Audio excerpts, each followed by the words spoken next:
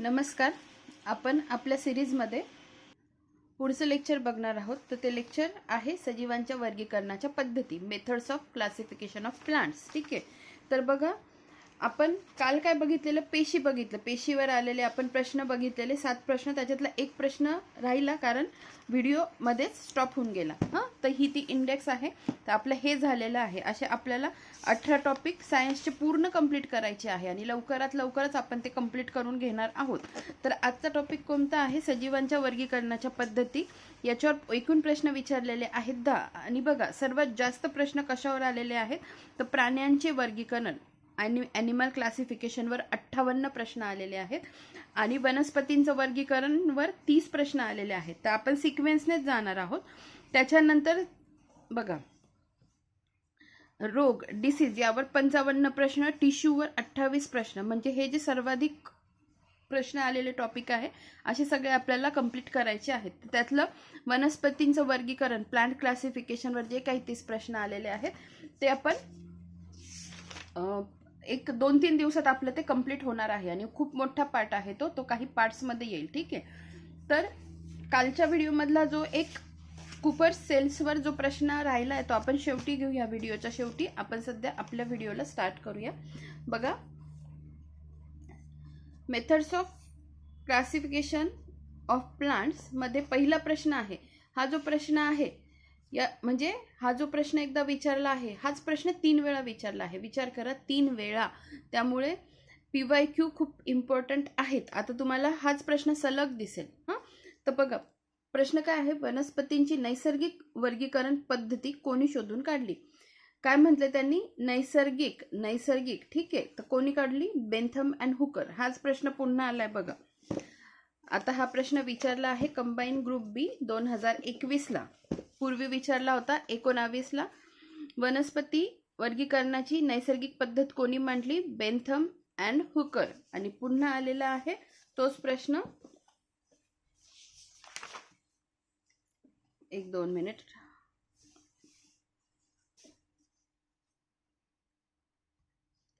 बघा, वनस्पती वर्गीकरणाची नैसर्गिक गुणांवर आधारित सर्वात चांगली आणि लोकप्रिय पद्धती खालीलपैकी कोणी शोधून काढली? तर बेंथम आणि हुकर यांनी. हा कधी विचारलाय? PSI 2014ला. आणि मग 2014चा प्रश्न 2019ला रिपीट झाला आणि पुन्हा किती 2021ला पण रिपीट झाला आहे. म्हणजे एकच प्रश्न 3 वेळा किती वर्षांनी विचारलेला गेलेला आहे बघा. म्हणून PYQ 1-1 मार्क्स आपल्याला देऊन जातो. तर आता जे काही स्पष्टीकरण दिलेलं आहे ते आपण बघून घेऊ आणि सोबत पाठ पण करून घेऊ, जसं आपण कालच्या व्हिडिओमध्ये पाठ केलेलं आहे. तर बघा, आधी वाचते, नंतर पाठांतर कसं करायचं ते मी तुम्हाला सांगते. बघा, प्रश्न समजला तुम्हाला? वनस्पतीची नैसर्गिक वर्गीकरण पद्धती कोणी शोधून काढली? बेंथम व हुकर यांनी. बघा, थिओफ्रेस्टने वनस्पतीचे वर्गीकरण वृक्ष, झुडुपे व शाख अशा गटात केले. आधी वाचते, मग पाठांतर करून घेते. अरिस्टॉटलने प्राण्यांचे वर्गीकरण जलचर, उभयचर, खेचर, भूचर अशा गटात केले. 1883 मध्ये एचरने वनस्पती सृष्टीचे बीजपत्री, अबीजपत्री अशा 2 उपसृष्टीत वर्गीकरण केले. उपसृष्टीत विभागणी केली. 1735 कार्ल लिनियस, वर्गीकरण शास्त्राचा जनक, सजीवांना 2 सृष्टीत विभागलं, वनस्पती, प्राणी. कार्ल लिनियसने काय? द्विनाम पद्धती काढली. त्याच्यानंतर 1925ला चॅटनने 2 गटात विभागले, आदि केंद्रकी, दृश्य केंद्रकी. हे आपण काल बघितलं. आदि केंद्रकी, दृश्य केंद्रकी काय असतं त्याच्यातला डिफरन्स पण पाहिला. इंग्लिशमध्ये प्रोकॅरियोटिक आणि युकॅरियोटिक. ठीक आहे. नंतर अर्नेस्ट हेकेल 1866 मध्ये 3 सृष्टीत विभागले, प्रोटिस्टा, वनस्पती आणि प्राणी. नंतर 1838 मध्ये कोपलँडने सजीवांना 4 सृष्टीत विभागले, मोनेरा, प्रोटिस्टा, वनस्पती, प्राणी. रॉबर्ट हार्डिंग व्हिटाकर, ज्याला आपण RH व्हिटाकर म्हणतो, 1920 ते 1980 हे अमेरिकन परिस्थितिकी तज्ज्ञ म्हणजे इकॉलॉजिस्ट होऊन गेले. त्यांनी 1969 मध्ये सजीवांच्या 5 गटात विभागणी, पंचसृष्टी वर्गीकरण केली. मोनेरा, प्रोटिस्टा, कवके, वनस्पती आणि प्राणी. वनस्पती वर्गीकरणाची नैसर्गिक गुणांवर आधारित सर्वात चांगली व लोकप्रिय पद्धत बेंथम व हुकर यांनी शोधली. वनस्पतींच्या वर्गीकरणामध्ये गुणसूत्रांचे गुणधर्म काय, गुणसूत्रांची संख्या, बाह्यरूप, आकार, विचलन हे महत्त्वाची भूमिका पार पाडतात. आता हा पूर्ण चार्ट आपल्याला पाठ करायचा आहे. ठीक आहे, बघा. थिओफ्रेसने वनस्पतींचं वर्गीकरण 3 याच्यात केलं: वृक्ष, झुडप आणि शार्क. ठीक आहे, वृक्ष, झुडप आणि शाख. आता थिओफ्रेसचं नाव आपण THEO 3 ने चालू होईल ना, थिओफ्रेस. आणि 3 हा आकडा चालू होतो. 3 इथे मी लिहिलेलं पण आहे बघा, थिओ आणि 3. मग त्याच्यावरून 3 याच्यात करणारा कोण, थिओ 3 TT. असं लक्षात ठेवायचं. म्हणून वृक्ष, झुडुप, शाख 3 याच्यात वर्गीकरण करणारा थिओफ्रेस. एरिस्टॉटलचं लक्षात ठेवायचं 4 याच्यात. जलचर, उभयचर, खेचर आणि भूचर राहील लक्षात. आता बघा, एक तुम्हाला हे लक्षात ठेवायचंय, एचरने काय केलं, बीजपत्री आणि अबीजपत्री अशा 2 उपसृष्टीत विभागणी केली. राहतील 3 पाठ राहतील. थिओफ्रेसचं सांगितलं 3, एरिस्टॉटलचं सांगितलं मी तुम्हाला 4. एचरचं 2 लक्षात ठेवा. एचरसाठी मी ट्रिक सांगत नाहीये, पण एचर खूप महत्वाचं आहे का ते तुम्हाला काही दिवसांनी कळेल. बीजपत्री आणि अबीजपत्री अशा 2 उपसृष्टीत केले. आता राहते हे खालचे, हे कसे पाठ करायचे नीट लक्षात ठेवा. बघा, हे जे टिक केलेले आहेत ना, हे टिक केलेले हे मी तुम्हाला सलग सांगते. आता बघा, कार्ल लिनियस, स्वीडिश शास्त्रज्ञ, वर्गीकरण शास्त्राचा जनक त्याला म्हणता.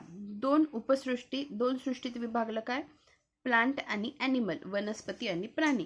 लक्षात कसं ठेवायचं. आणि त्यानेच काय, द्विनाम पद्धती पण त्यानेच शोधली. 2 उपसृष्टीत पण त्यानेच विभागलं आणि द्विनाम पद्धती पण त्यानेच शोधली. द्विनाम पद्धती काय असते त्याच्यावर प्रश्न आहे, ते आपण पुढे बघणार आहोत. बघा, कार्ल लिनियस सजीवांना 2 सृष्टीत विभागलं, वनस्पती आणि प्राणी. मग आपण म्हणायचं काय, हे बघा, कार्लचा का, लिनियसचा ली, काय झालं, काली मातेने 2 सृष्टी निर्माण केल्या, वनस्पती सृष्टी, प्राणी सृष्टी. म्हणजे हे सगळं कोणी निर्माण केलं, काली मातेने निर्माण केलं. ट्रिकसाठी सांगतेय, नीट लक्षात ठेवा. हे जर पाठ केलं तर बाकीच्या सगळ्या कोणी काय ऍड केलं हे पण तुमच्या लक्षात राहील. आणि हे तुम्ही लिहून ठेवा, मी काही लिहित नाहीये इथे.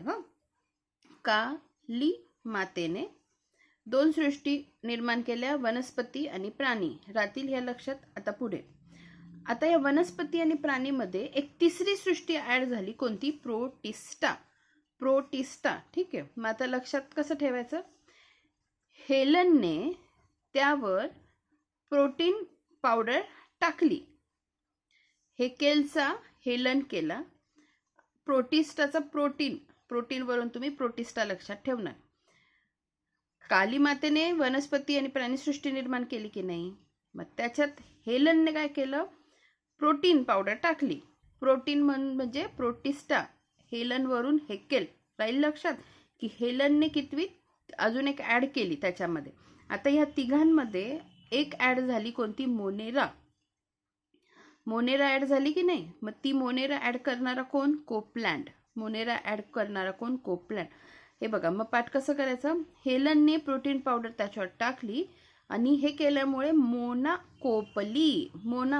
मोनावरून मोनेरा, कोपलीवरून कोपलँड लक्षात राहील ना. म्हणजे कोपलँडने कोणती, मोनेरा ऍड केली, हेलनने कोणती, प्रोटिस्टा ऍड केली, कोपलँडने मोनेरा ऍड केली. त्याच्यानंतर ह्या 4 याच्यामध्ये एक ऍड झाली, ती कोणती होती, ती होती कवक, फंगाय. मग तुम्हाला एवढं लक्षात राहतंय ना. आता बघा, एकदा रिव्हिजन करू. काली मातेने वनस्पती आणि प्राणीसृष्टी निर्माण केली, हेलनने त्याच्यावर प्रोटीन पावडर टाकली, त्यामुळे मोना कोपली, आणि मग त्याच्यावर व्हिटॅमिन कवक ऍड केलं. मग त्याच्यामुळे तिने काय केलं, मोनाने त्याच्यावर व्हिटॅमिन कवक ऍड केलं. व्हिटॅमिन वरून व्हिटाकर आणि कवक वरून कवक. ठीक आहे, अशा पद्धतीने आपल्याला कोणी काय ऍड केलं ते पण लक्षात राहतं. बरं, कोणी किती केलं, काली मातेने 2, का आणि ली 2 शब्द आहे, त्याच्यावरून वनस्पती आणि प्राणी 2 सृष्टी ऍड केला.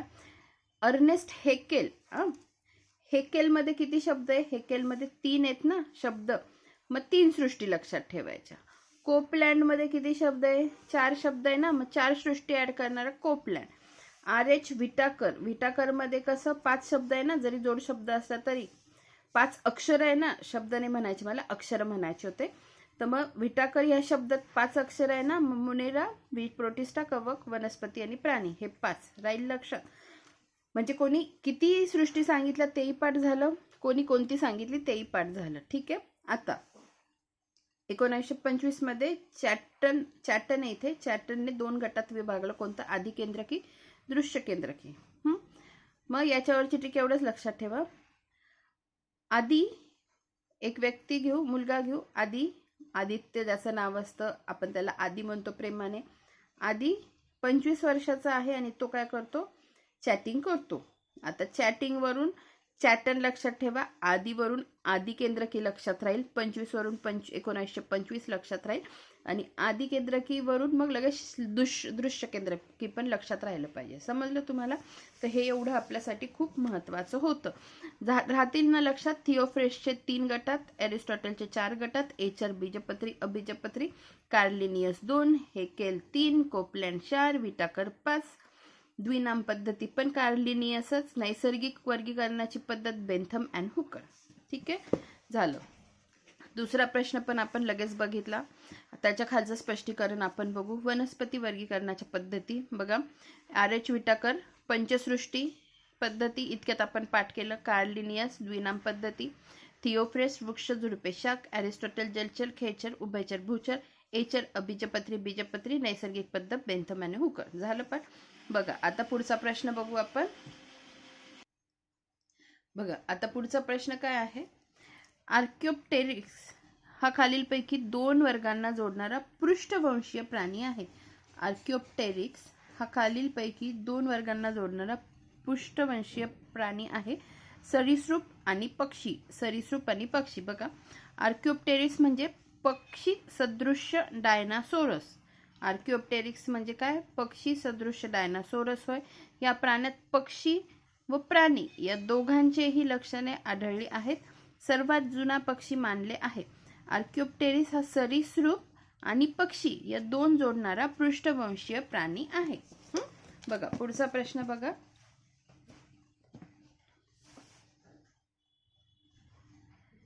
आयक्लरने 1813 ब्रायोफायटा या विभागाचे वर्गीकरण कोणत्या गटात केले? काय विचारलंय? आयक्लरने ब्रायोफायटाचं वर्गीकरण कोणत्या याच्यात केलं? तर क्लास हिपेटेसी आणि मसाय हे त्याचं उत्तर आहे.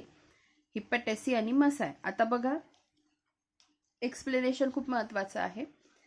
आयक्लरने केलेले वनस्पती वर्गीकरण आयक्लर सिस्टीम नावाने ओळखले जाते. त्याने अबीजपत्री म्हणजे काय? क्रिप्टोगॅमी. अबीजपत्री म्हणजे काय? क्रिप्टोगॅमी. आणि बीजपत्री म्हणजे काय? फिनेरोगॅमी. आता हे जे आहे क्रिप्टोगॅमी, फिनेरोगॅमी, डायकॉटिलिडॉन, मोनोकॉटिलिडॉन, नंतर जिम्नोस्पर्म, अँजिओस्पर्म, हे सगळे जे आहे लेक्चर्स, हे सगळे मी लेक्चर्सची सिरीज ऑलरेडी केलेली आहे, ज्याच्यात मी प्राण्यांचं वर्गीकरण आणि वनस्पतींचं वर्गीकरण केलेलं आहे, ज्याच्यावर 58 आणि 30 प्रश्न आतापर्यंत विचारले गेलेले आहेत. त्याच्या लिंक मी डिस्क्रिप्शन बॉक्समध्ये देते. ती सिरीज बघून घ्या एकदा. म्हणजे ती सिरीज बघितल्यानंतर तुम्हाला जे काही आपले कोणते प्रश्न चालू होतील PYQ प्राण्यांचे आणि वनस्पतींचं वर्गीकरण, त्याच्यासाठी तुम्हाला आकलन व्हायला अजून सोपं जाईल. तर याच्यात मी काय खूप इन डिटेल घेत नाहीये, पण जेवढं घेतेय तेवढं तुमचं पाठांतर होईल या पद्धतीने मी तुमचं घेते आहे. ठीक आहे. बघा आता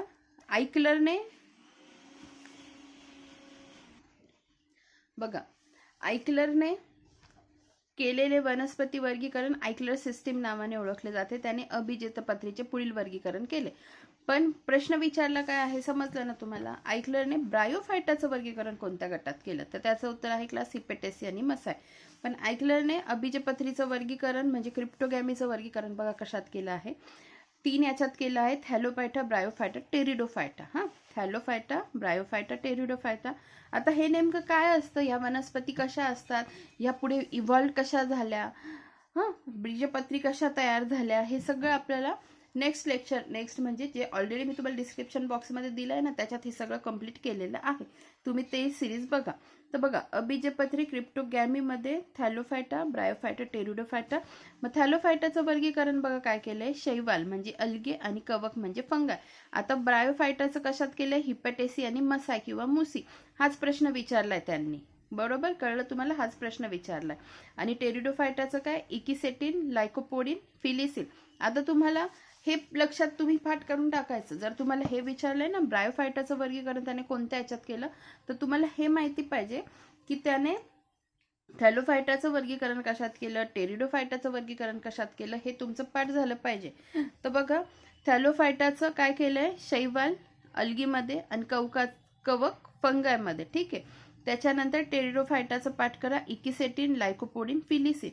आता थॅलोफायटाचं 2 याच्यात केलंय, शैवाल म्हणजे अल्गी, कवक म्हणजे फंगाई याच्यात. तर त्याचे ग्रुप्स कोणते आहेत बघा, अल्गीचे बघा कोणते आहेत, सायनोफायसी, डायटोमे, क्लोरोफायसी, फेईफायसी, रुडोफायसी. आणि फंगायचं काय, सिझोमायसेट्स, युमायसेट्स आणि लिचेन्स. तर आता याच्यात फायसी म्हटलं तर लक्षात ठेवायचं, फायसीचा अर्थ होतो अल्गी म्हणजे शैवाल. फायसी विचारलं, काही प्रश्न आला तर आपल्याला ऑप्शनमध्ये जर अल्गी असेल तर आपण अल्गीला टिक करायचं. तसंच मायसेट्सचा अर्थ होतो फंगाय. हां, त्याच्यासाठी मग तुम्हाला ह्या मी ट्रिक दिलेल्या आहेत. आता हिपॅटेसी आणि मुसी ब्रायोफायटाचं वर्गीकरण आणि टेरिडोफायटाचं 3 कोणतं, इकिसेटिन, लायकोपोडिन आणि फिलिसिन. ठीक आहे. आता पुढे बघा, जॉन हचिन्सन या वनस्पती शास्त्रज्ञाने 1959 मध्ये फॅमिलीज ऑफ फ्लॉवरिंग प्लांट्समध्ये त्याचे फायलोजेनेटिक वर्गीकरण मांडले. ठीक आहे.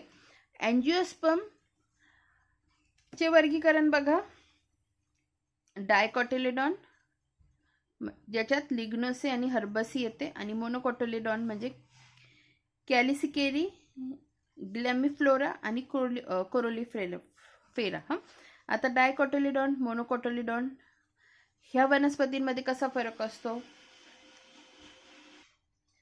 तर त्यांच्यामध्ये फरक कसा असतो हे सगळं त्या लेक्चर्समध्ये तुम्ही बघून घ्या. पुढचा प्रश्न बघा आता, जोड्या लावांमध्ये.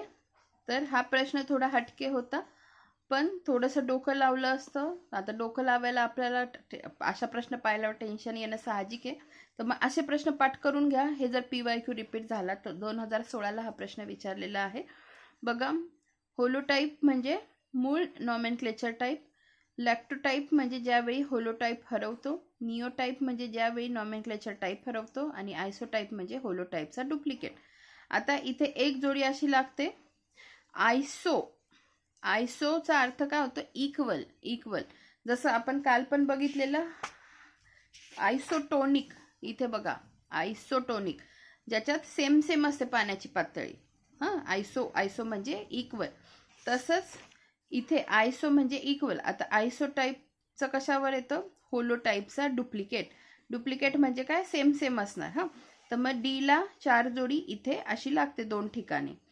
हां, पण मग आपल्याला काही गोष्टी कन्फर्म माहिती असायला पाहिजे होत्या, तेव्हा ते आपल्याला प्रश्न सुटतो. आता ह्या गोष्टी पाठ करून टाकायच्या, जेणेकरून मग पुढच्या वेळेस हा प्रश्न विचारला तर आपल्याला उत्तर आलं पाहिजे. होलोटाईप, मूळ नॉमेनक्लेचर टाईप, होलोटाईप. आता अचं इथे 2, हां, अचं 2. आता समजा आपल्याला एवढं जरी माहिती असलं असतं, आयसोटाईपची डचं 4 इथे 2 ठिकाणी दिलंय, आणि होलोटाईप म्हणजे मूळ नॉमेनक्लेचर टाईप असतो. तर म्हणजे अला 2 जोडी लागते, म्हणजे मग आपलं 2 जोड्या लागल्या की आपलं असं उत्तर सुटत होतं एका याच्यात. पण आपल्याला माहिती असणं गरजेचं होतं. तर बघा, होलोटाईप मूळ नॉमेनक्लेचर टाईप, त्याच्यानंतर लॅक्टोटाईप ज्यावेळी होलोटाईप हरवतो, पॅराटाईप मूळ नमुना असूनही इतर नमुने, पॅराटाईप. आता जशी मी मेडिकल फील्डची आहे तर पॅरामेडिकल म्हणतात. पॅरामेडिकल म्हणजे मेडिकल सोडून त्याच्याशी इतर जे संबंधित असतात ते. फॉर एक्झाम्पल, पॅरामेडिकलमध्ये कोण येतं, सिस्टर्स आले, ब्रदर्स आले. ठीक आहे. तर हे कोण झाले, पॅरामेडिकलमधले झाले. म्हणून इतर हां, म्हणजे पॅराचा लक्षात ठेवाल का अर्थ? पॅरा, जसं मी पॅरा मेडिकल मधले कोण कोण सांगितले तसं पॅराटाईप म्हणजे मूळ नमुना तर आहे पण इतर नमुने, ठीक आहे. पॅराटाईप. नंतर निओ टाईप म्हणजे ज्यावेळी नॉमेनक्लेचर टाईप हरवतो. आयसोटाईप होलोटाईपचा डुप्लिकेट. सिन टाईप मूळ होलोटाईप उपलब्ध नसतो. आता आदरणीय डॉक्टर सचिन भस्के सरांच्या पुस्तकात पण हे जे दिलेलं आहे त्याच्यातलं पण आपण वाचून घेऊ म्हणजे आपल्याला अजून थोडंसं कळेल. बघा, होलोटाईप एखाद्या जातीचे मूळ भौतिक वर्णन ज्यावरून नवीन जात किंवा त्याच जातीतील सजीवाचे वर्णन जाणता येते. होलोटाईप म्हणजे तुम्ही काय घ्याल मग? जे मूळ जे आहे ना, मूळ नॉमेनक्लेचर टाईप, जसं इथे सरांनी दिले मूळ नॉमेनक्लेचर टाईप, मग हे पाठच करून टाका. होलोटाईप मेन आहे, जे मूळ नॉमेनक्लेचर टाईप असतं ते आहे होलोटाईप. आयसो म्हणजे इक्वल इक्वल सेम सेम. होलोटाईपचा डुप्लिकेट किंवा खास वनस्पतीसाठी असलेला होलोटाईप सारखाच प्रकार, ठीक आहे. निओटाईप, निओ म्हणजे नवं असतं काहीतरी, ठीक आहे. निओटाईप जर होलोटाईप उपलब्ध नसेल तर केलेले नवीन नामकरण म्हणजे निओटाईप होय. लेक्टोटाईप हा जर होलोटाईप उपलब्ध नसेल तर मूळ जातीपासून नमुना गोळा करणे. सिन टाईप कोणत्याही 2 किंवा जास्त जातीसाठी एकत्रित केलेले वर्णन ज्याचा होलोटाईप उपलब्ध नाही त्यास सिन टाईप म्हणतात. आणि पॅराटाईप होलोटाईप सोबतच वर्णन केलेला नमुना, ठीक आहे. पॅराटाईप म्हणजे काय? जो होलोटाईप मेन आहे ना त्याच्यासोबतच वर्णन केलेला नमुना. जसं मी सांगितलं, डॉक्टर ही ब्रांच मेडिकल ब्रांच झाली, पण त्याच्याशी इतर पॅरामेडिकल, पॅरा म्हणजे इतर, त्याच्याशी संबंधित असणारे कोणते सिस्टर्स असतात, अजून बाकीचे असतील ते सगळे कोणते पॅरामेडिकलशी रिलेटेड, ठीक आहे. तर हेच तुम्हाला सांगायचं होतं. आता पुढे बघा. हा प्रश्न आपला झालेला आहे. आता मी तुम्हाला त्या प्रश्नांचे अर्थ पण सांगितले, लक्षात कसं ठेवायचं, तर त्या पद्धतीने तुमचं लक्षात राहिलं पाहिजे पुढच्या वेळेस प्रश्न आला तर. बघा, आता पुढचा प्रश्न पण छान आहे. द्विपद नाम पद्धतीच्या नियमावलीप्रमाणे खालील कोणती पद्धत चुकीची आहे? तर बघा, द्विपद नाम तिरके मुद्राक्षराप्रमाणे लिहितात. हो, बरोबर आहे. इटॅलिक पद्धतीने ते लिहिलं जातं, तिरक तिरक. पुढे बघा, पुढचं काय आहे? जातीवाचक नाम व जातीवर्ग नाम या दोन्ही नामांची सुरुवात मोठ्या लिपीच्या अक्षराने करतात. जातीवाचक नाम व जातीवर्ग नाम या दोन्ही नामांची सुरुवात काय? मोठ्या लिपीच्या अक्षराने करतात. आता हे बघा, जातीवाचक नाम आणि जातीवर्ग नाम, जातीवाचक नामाची मोठ्या याच्याने करतात पण जातीवर्ग नामाची छोट्या लिपीने करता, हे नीट लक्षात ठेवा. त्यामुळे हे स्टेटमेंट चुकीचं आहे. जातीवाचक नामानंतर जातीवर्ग नाम येते, म्हणजे प्रजातीनंतर जातीचं नाव येतं आणि द्विपाद नाम पद्धतीत जाती वर्ग नाम निरपवाद असावे, ठीक आहे. आता तुम्हाला कळलं याच्यात चुकीचं काय आहे. आता आपल्याला हे जे आहे हे नीट समजून घ्यायचं आहे आणि मग याच्यावर पण प्रश्न पडलेले आहेत. फॉर एक्झाम्पल, हे जे आहे ना, ही क्रोनोलॉजी, याच्यावर प्रश्न विचारलेला आहे. आता तो राज्यसेवेला आहे का दुसरा कशात होतं ते मला आठवत नाही, पण ह्या क्रोनोलॉजीवर प्रश्न विचारलेला आहे, ठीक आहे, जे आपल्याला बघायचं आहे. बघा, आपण आता हे वाचून घेऊ. द्विनाम पद्धती द्विपाद नामकरण पद्धती, बायनोमियल नॉमेनक्लेचर सिस्टीम, शोध कोणी लावला? कार्ल लिनियस हा स्वीडिश शास्त्रज्ञ होता, ठीक आहे. या शास्त्रज्ञाने लावला. त्याला वर्गीकरणाचा जनक म्हणतात. MPSC म्हणजे राज्यसेवा 18ला आणि 2011ला हा प्रश्न विचारलेला आहे. बघा, पुढे बघा, पद्धत 1753 मध्ये प्लॅन्टरम या पुस्तकात दिली. त्याने कोणत्या पुस्तकात याचा उल्लेख केला? द्विपादनाम पद्धतीचा प्लॅन्टरम या पुस्तकात. या पद्धतीत सजीवाला प्रजाती व जाती या 2 घटकांनी संबोधले जाते. आता फॉर एक्झाम्पल, आंब्याला आपण काय म्हणतो? मँगीफेरा इंडिका. आंबा या फळाचं शास्त्रीय नाव काय आहे? मँगीफेरा इंडिका. मँगीफेरा म्हणजे काय? ही झाली प्रजाती आणि इंडिका काय झाली? जात, ठीक आहे. तर आता 1-2 मिनिटं फक्त.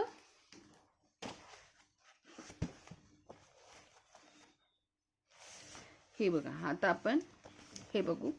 मँगीफेरा इंडिका इंडिका, ठीक आहे. आता हे जे दिसतंय एम काय आहे, एम कॅपिटल आहे आणि इंडिकाचा आय काय आहे, हा स्मॉल आहे. राहील लक्षात. त्याच्यानंतर अजून एक, द्विनाम पद्धतीतील नावे कमीत कमी 3 व जास्तीत जास्त 13 अक्षरांनी बनलेली असतात.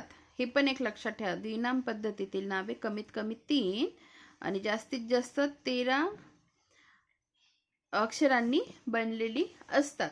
हा पण एक पॉइंट लक्षात ठेवा. त्यानंतर हे कळालं ना तुम्हाला, मँगीफेरा ही झाली प्रजाती आणि इंडिका झाली जात. द्विनाम पद्धतीत नावे देण्याचे नियम आहेत ते पुढील प्रमाणे. नियम कोणते आहेत बघा. ही वैज्ञानिक नावे लॅटिन ऑब्लिक ग्रीक भाषेत लिहिली जातात. अगदी बरोबर आहे. यात दोन शब्दांचा समावेश असतो. त्यात पहिली संज्ञा प्रजाती जीनस दर्शवते, दुसरी संज्ञा दर्शवते जाती म्हणजे स्पीशीज. आता आधी जाती आधी जीनस आहे का स्पीशीज आहे हे कसं लक्षात ठेवायचं. जीनसचा जी, स्पीशीजचा एस. म्हणजे एक तर इंग्लिशमध्ये लक्षात ठेवलं तर GS लक्षात ठेवा, GS. मग जी म्हणजे जनरल स्टडीज म्हणतो ना आपण तसं. मग GS, G for genus, S for species. आणि त्याच्यानंतर जर मराठीत प्रजाती आणि जाती असं लक्षात ठेवत असाल तर प्रजाती हा शब्द लक्षात ठेवला तर प्रजातीमध्ये जाती येतं ना शब्द, म्हणजे प्रजाती आधी लिहिणार त्याच्यानंतर आपण जाती हा शब्द येतो, ठीक आहे. प्रजातीची म्हणजे जीनसची सुरुवात कॅपिटल लेटरने करतात, तर जातीची स्पेशीजची सुरुवात स्मॉल लेटरने करतात. ही पद्धत युनिव्हर्सली ॲक्सेप्टेड आहे. ही इटॅलिक लिपीत लिहितात. दोन्हीही शब्द कशात लिहितात, इटॅलिक याच्यात लिहितात. आंतरराष्ट्रीय नामकरण संहितेच्या नियमानुसार सर्व सजीवांना द्विनाम पद्धतीने वैज्ञानिक नावे देण्यात आली आहेत. ठीक आहे, राहिलं लक्षात. आता बघा, आता सजीव सृष्टी वर्गीकरण संकल्पना देणारे शास्त्रज्ञ बघा. आता हे जे आहे ना हा तक्ता, याच्या क्रोनोलॉजीवर प्रश्न विचारलेला आहे आणि कोणी काय संज्ञा दिलेली आहे ते पण आपलं पाठ झालं पाहिजे. बघा, आधी आपण ही क्रोनोलॉजी पाठ करू आणि मग बाकीचे त्यांचे शास्त्रज्ञ पाठ करू. बघा, आधी काय येतं, आधी येतं किंगडम सृष्टी, त्याच्यानंतर येतं संघ ऑब्लिक विभाग फायलम ऑब्लिक डिव्हिजन, नंतर येतो वर्ग म्हणजे क्लास, मग गण म्हणजे ऑर्डर, कुल म्हणजे फॅमिली, प्रजाती म्हणजे जीनस, जाती म्हणजे स्पीसीज. याचा क्रोनोलॉजी कशी पाठ करायची इथे मी ट्रिक दिलेली आहे. ही ओळ पाठ करून टाका फक्त. सृष्टी संघे वर्गातील गणू व क्रू प्रजा होती. सृष्टी संघे वर्गातील गणू व क्रू प्रजा होती. पाठ कसं करणार बघा. सृष्टी संघे वर्गातील गणू व कु प्रजा होती. कळलं का. आता मी ज्या पद्धतीने बोलली इथे मी तुम्हाला बोटाने दाखवलेलं पण आहे, त्याच्यावरून तुम्हाला कळलं असेल मला काय सांगायचं ते, कोणतं अक्षर काय डिनोट करतं. आता बघा, सृष्टीला आपण इंग्लिशमध्ये म्हणतो किंगडम. 1735 मध्ये सृष्टी हे नाव, किंगडम हे नाव देणारा कोण, कार्ल लिनियस. त्याच्यानंतर संघ ऑब्लिक त्यालाच विभाग म्हणतात. प्राण्यांमध्ये वापरतात फायलम आणि वनस्पतींमध्ये वापरतात शब्द डिव्हिजन. हे कोणी दिलं, क्युव्हियर व आयक्लर. सृष्टी नाव दिलं कार्ल लिनियस, संघ ऑब्लिक विभाग नाव दिलं क्युव्हियर व आयक्लर. इथे पण दोन नाव आहे ना, संघ ऑब्लिक विभाग, तर इथे पण दोन नावं घ्यायची, क्युव्हियर व आयक्लर. त्याच्यानंतर वर्ग गण म्हणजे क्लास आणि ऑर्डर हे नावं दिले लिनियसनेच, कार्ल लिनियसनेच. कुल नाव दिलं किंवा फॅमिली नाव दिलं जॉन रेने. जी प्रजाती यात वेगवेगळ्या जाती असतात, स्पीसीज हे नाव दिलं जॉन रेने. हे पाठ करा, ठीक आहे. या वर्गीकरणात सजीव एकसारखे असतात. सर्वात जास्त सारखे गुणधर्म स्पीसीज मध्ये असतात, यांच्यात प्रजनन पण होऊ शकते, ठीक आहे. इथे एक दिलेलं आहे, हे नीट बघून घ्या. आता याच्यात दिलं काय आहे बघा, वरून खाली जाताना, या दृष्टीने वरून खाली जाताना सारखे गुणधर्म वाढत जातात आणि खालून वर बघितलं तर सारखे, म्हणजे खालून वर जर गेलो तर सारखे गुणधर्म कमी होत जातात. हे महत्वाचं आहे, हे नीट लक्षात असू द्या. आता आपण आहे ना त्यांची वैज्ञानिक नावं काही काहींची दिलेली आहे. इथे संदर्भ दिलाय बघा, 7वी स्टेट बोर्ड. तर ही पाठ करायची आहेत आणि ही एकदा बघितली की पाठ होतील तसं मी तुम्हाला सांगण्याचा प्रयत्न पण करते, म्हणजे पेपरला आणि विचारलेली पण आहेत, म्हणजे जर पेपरला विचारली तर तुम्हाला त्याची उत्तरं येतील. बघा, कुत्रा त्याला म्हणतात कॅनिस फॅमिलिरिस, कॅनिस फॅमिलियारिस. हां, आता एक लक्षात ठेवा, कुत्रा चक्क आणि कॅनिस चक्क, त्याच्यावरून ते लक्षात राहील. आणि कुत्रा फॅमिलियर झालेला असतो ना, आपल्याला खूप जण पाळतात, मग त्याच्यावरून लक्षात ठेवा कुत्रा कॅनिस फॅमिलियारिस. गाय बोस टॉरस, बोस टॉरस. हां, गाईला गाईचं नाव. नंतर जास्वंदाचं वैज्ञानिक काय? हिबिस्कस रोझा सायनेन्सिस. आता हे सगळ्यांना पाठ असेल कारण हे आपण शाळेपासून शिकतो. ज्वारीचं आहे सॉर्गम वल्गेर, सॉर्गम वल्गेर. नंतर भारतीय गेंडा, गेंड्याला आपण रायनोसिरस म्हणतो, तर तेच नाव आहे भारतीय गेंडा, रायनोसिरस युनिकॉर्निस. एक शिंगी गेंडा ज्याला आपण म्हणतो युनी म्हणजे एक, युनिकॉर्निस. हां, यामीन जे हरिण आहे त्याला म्हणतो सर्वस इल्दी, सर्वस इल्दी. सिंहाला म्हणतो इंग्लिशमध्ये लायन म्हणतो ना, लायनचं लिओ. सिंहाला म्हणतो पॅन्थेरा लिओ. वाघाला म्हणतो पॅन्थेरा टायग्रिस, वाघाला जसं टायगर म्हणतो ना तसं टायगरचं टायग्रिस करायचं. मांजरीला म्हणतो फेलिस डोमॅस्टिकस. डोमॅस्टिकचा अर्थ काय होतो? घरगुती. आपला डोमॅस्टिक व्हायलन्स लॉ तो एक आहे बघा, एक घरगुती हिंसाचार अधिनियम, त्याच्यात शब्द काय आहे? डोमॅस्टिक. डोमॅस्टिक म्हणजे मांजर पण कशी घरात राहते ना एकदम फॅमिलियर होऊन, तसंच मांजरचं नाव काय लक्षात ठेवायचं? फेलिस डोमॅस्टिकस. आणि मानवाचं नाव सगळ्यांना माहितीच असेल, होमो सेपियन्स. ठीक आहे, राहील लक्षात. आता पुढे बघा, पुढची नावं. आंब्याला मँगीफेरा इंडिका, त्याच्यातलं मँगीफेरा ही प्रजाती आणि जाती इंडिका, मँगीफेरा इंडिका. गुलाबला म्हणता रोजा गॅलिका. आता गुलाबला इंग्लिशमध्ये आपण रोज म्हणतो, तर इथे रोजा गॅलिका लक्षात ठेवायचं. तुळशीला ऑसिमम सँक्टम, ऑसिमम सँक्टम. ऑस्पिसियस, ऑस्पिशियसचा अर्थ काय होतो?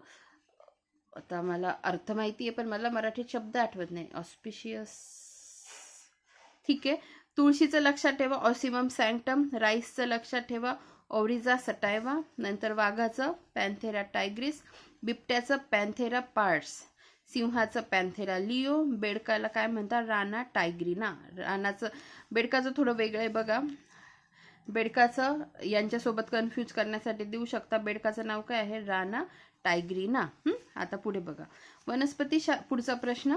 वनस्पती शास्त्राची पहिली जागतिक परिषद येथे भरली, तर कुठे? पॅरिसमध्ये 1867 मध्ये.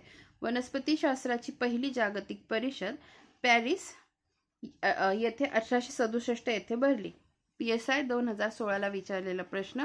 वनस्पती शास्त्राची पहिली जागतिक परिषद 1867 मध्ये पॅरिस या ठिकाणी भरली. पहिली परिषद 1867 पॅरिस, जी दर 6 वर्षांनी आयोजन होतं. 2017 मध्ये चीनमध्ये भरली होती, जी 19वी परिषद होती. 2017 मध्ये चीनमध्ये. ठीक आहे, 19वी परिषद. वनस्पती शास्त्राची सध्याची जागतिक परिषद कुठं? न्यूयॉर्क अमेरिका येथे 2 ते 3 डिसेंबर 2025 रोजी पार पडली. रिसेंटची 2025ला न्यूयॉर्क अमेरिका येथे पार पडली. चला, आता हा 8वा जो प्रश्न आहे हा ऑलरेडी तुमचा मी घेतला आहे, बघा तुम्ही बघून घ्या, जो रिपीट झालेला आहे. आता पुढचा प्रश्न बघा. वनस्पती वर्गीकरणातील खालीलपैकी पायाभूत घटक कोणता? तर स्पीशीज. बघितलं, वनस्पती वर्गीकरणातील पायाभूत घटक कोणता? स्पीशीज. आणि PSI 2014ला प्रश्न विचारलेला आहे. आणि त्यांनी इथे पुन्हा क्रोनॉलॉजी दिली आहे. Kingdom, phylum, class, order, family, genus, species. सृष्टी संज्ञे वर्गातील गणू व प्रजा होती, असं लक्षात ठेवा. नंतर टॅक्सॉनॉमी हा शब्द कोणी दिला? तर टॅक्सॉनॉमी हा शब्द दिला डी कॅन्डोलेने हा शब्द दिला. आता हॅकेल तुमच्या परिचित आहे. 3 गोष्टी दिल्या त्यांनी, 3 उपसृष्टीत वर्गीकरण दिलं. कार्लिनियस खूप फेमस आहे. ॲरिस्टॉटलने 4 याच्यात विभाजन केलं होतं, तर हे ऑप्शन तुम्हाला परिचित आहेत. पण टॅक्झॉनॉमी हा शब्द देणारा कोण? डी कॅन्डोले. टॅक्झॉनॉमी हा शब्द डी कॅन्डोले यांनी वापरला. कार्ल लिनियस यांना फादर ऑफ टॅक्झॉनॉमी म्हणतात. ठीक आहे. टॅक्झॉनॉमी म्हणजे सजीवांच्या वर्गीकरणाची शास्त्रीय पद्धत होय. हे वर्गीकरण मुख्यतः सजीवांच्या साम्य, भिन्नता, जैविक वैशिष्ट्ये आणि वंश परंपरेवर आधारित असते. टॅक्झॉनॉमी ही ग्रीक भाषेतील शब्दावरून आली आहे. टॅक्झॉनॉमी ही संज्ञा ग्रीक भाषेतील शब्दावरून आली आहे. टॅक्सिस मीन्स मांडणी किंवा व्यवस्था आणि नोमोस म्हणजे नियम. ठीक आहे. टॅक्झॉनॉमीचे मूलभूत घटक ओळख म्हणजे आयडेंटिफिकेशन, नामकरण म्हणजे नॉमेनक्लेचर, वर्गीकरण म्हणजे क्लासिफिकेशन. ठीक आहे. आता इतर माहिती बघा. इतर माहितीमध्ये कार्ल लिनियस फिलॉसॉफिका बॉटनिका, स्पेसिस प्लॅन्टारम आणि सिस्टिमा नॅचुरी हे त्याच्या पुस्तकांची नावं आहे. Bentham and Hooker, Genera Plantarum, John Hutchinson, family of flowering plants हे सगळे नावं वर्गीकरणावरील पुस्तकांची लक्षात ठेवा. ॲरिस्टॉटल यांनी सर्वप्रथम सजीवांचे वैज्ञानिक वर्गीकरण केले. त्यांनी प्राण्यांचे त्यांच्या रक्ताच्या रंगाच्या आधारावर 2 गट केले. ॲरिस्टॉटल यांनी सजीवांचे सर्वप्रथम वैज्ञानिक वर्गीकरण केलं. प्राण्यांचे त्यांच्या रक्ताच्या रंगाच्या आधारावर 2 गट केले. एक होतं ॲनिमा म्हणजे रक्त लाल नसते, आरबीसी नसतात, आणि इनिमा रक्त लाल असते. आता कशालाही लावला अन लावला तर ते विरुद्ध घ्यायचं असतं ना. मग ॲनिमा रक्त लाल नसतं आणि इनिमा रक्त लाल असतं. ठीक आहे. तर हे आपलं अशा पद्धतीने झालेलं आहे. हा चॅप्टर झाला आहे. पुढचा चॅप्टर आपला असणार आहे उद्याचा मोनेरा प्रोटिस्टा कवक यांचं वर्गीकरण. ठीक आहे. याच्यावर असणार आहे. आता कालचा जो याच्यातला पेशीवरचा एक प्रश्न राहिला होता तो आपण बघून घेऊया. बघा, कुपर्स सेलवर तो प्रश्न होता. कुपरच्या पेशी यामध्ये आढळतात तर कुठे? यकृतामध्ये आढळतात. बघा, कुपर्स सेल्स या पेशीचे स्थान यकृतात म्हणजे लिव्हरमध्ये असते. कार्य यकृतातून जाणाऱ्या पोर्टल सिस्टीम रक्ताभिसरणातून कचरा आणि कण साफ करणे. कुपरच्या पेशींमध्ये प्रोलिफेरेटिव्ह क्षमता असते ज्यामुळे त्या स्वतः पुनरुत्पादित होऊ शकतात. नंतर कुपर पेशी ज्यांना सायनोसॉइडल मॅक्रोफेज, कुपर ब्रॉविच असेही पेशी असेही म्हणतात, हे यकृताच्या सायनोसॉइडलमध्ये आढळणारे मॅक्रोफेज आहेत. ठीक आहे. तर हा प्रश्न आपला कालचा राहून गेला होता, तर ते पण आपलं कालचं पूर्ण झालेलं आहे. तर हे सगळं मी खाली काही व्हिडिओच्या लिंक देते, त्या पण नीट बघून घ्या जेणेकरून आपल्याला पुढच्या गोष्टींसाठी त्या गोष्टी महत्त्वाच्या लागतील. ठीक आहे. तर ते व्हिडिओ बघून घ्या. धन्यवाद.